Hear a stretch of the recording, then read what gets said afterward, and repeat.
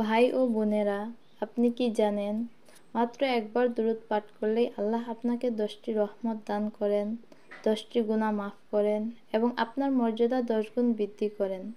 আজকের ভিডিওতে আমরা জানব দুরূদের ফজিলত, মর্যাদা এবং একবার দুরূদ পাঠ করলে কি হয়, যা আপনার দুনিয়া ও আখিরাত উজ্জ্বল করে তুলতে পারে। আসসালামু আলাইকুম ওয়া রাহমাতুল্লাহ। প্রিয় ভাই ও বোনেরা, আমরা প্রতিদিন বিভিন্ন ইবাদত করি, নামাজ, রোজা, জিকির, কিন্তু একটি সহজ ইবাদত আছে যা অল্প সময়ে অনেক বড় সওয়াব এনে দেয়। সেটি হলো দুরূদ শরীফ পাঠ করা। আজ আমরা জানব দুরূদের অসাধারণ ফজিলত, এর মর্যাদা এবং মাত্র একবার দুরূদ পাঠ করলে আমাদের জীবনে কি পরিবর্তন আসে। ভিডিওটি শেষ পর্যন্ত দেখুন, কারণ প্রতিটি তথ্য আপনার জন্য গুরুত্বপূর্ণ হতে পারে। দুরূদের পরিচিতি ও গুরুত্ব। রাসূল সাল্লাল্লাহু আলাইহি সাল্লাম। দুরূদ মানে রাসূল সাল্লাল্লাহু আলাইহি সাল্লামের দোয়া পাঠ করা।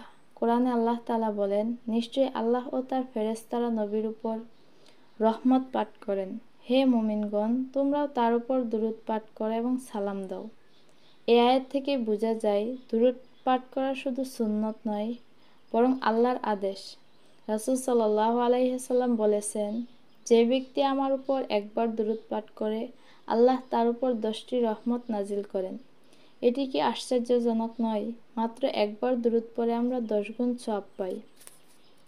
দুরূদের ফজিলত। দুরূদ পাঠের কিছু বিশেষ ফজিলত রয়েছে।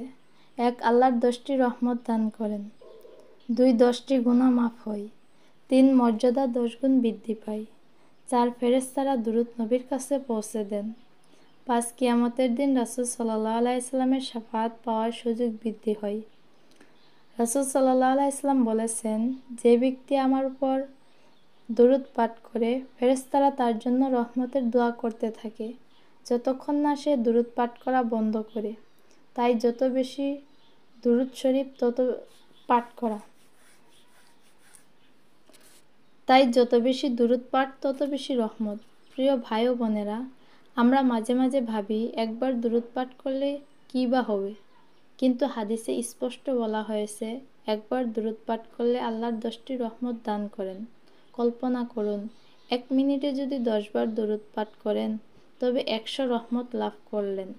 একবার দুরূদ পাঠ করলে গুনাহ মাফ হয়, বিপদ দূর হয়, দোয়া কবুলের সম্ভাবনা বৃদ্ধি পায় এবং রাসূল সাল্লাল্লাহু আলাইহি সাল্লামের ভালোবাসা অর্জন হয়। রাসূল সাল্লাল্লাহু আলাইহি সাল্লাম বলেছেন, কিয়ামতের দিন সবচেয়ে নিকটবর্তী হবে সেই ব্যক্তি যে আমার উপর বেশি দুরূদ পাঠ করে। বাস্তব জীবনে দুরূদের প্রভাব।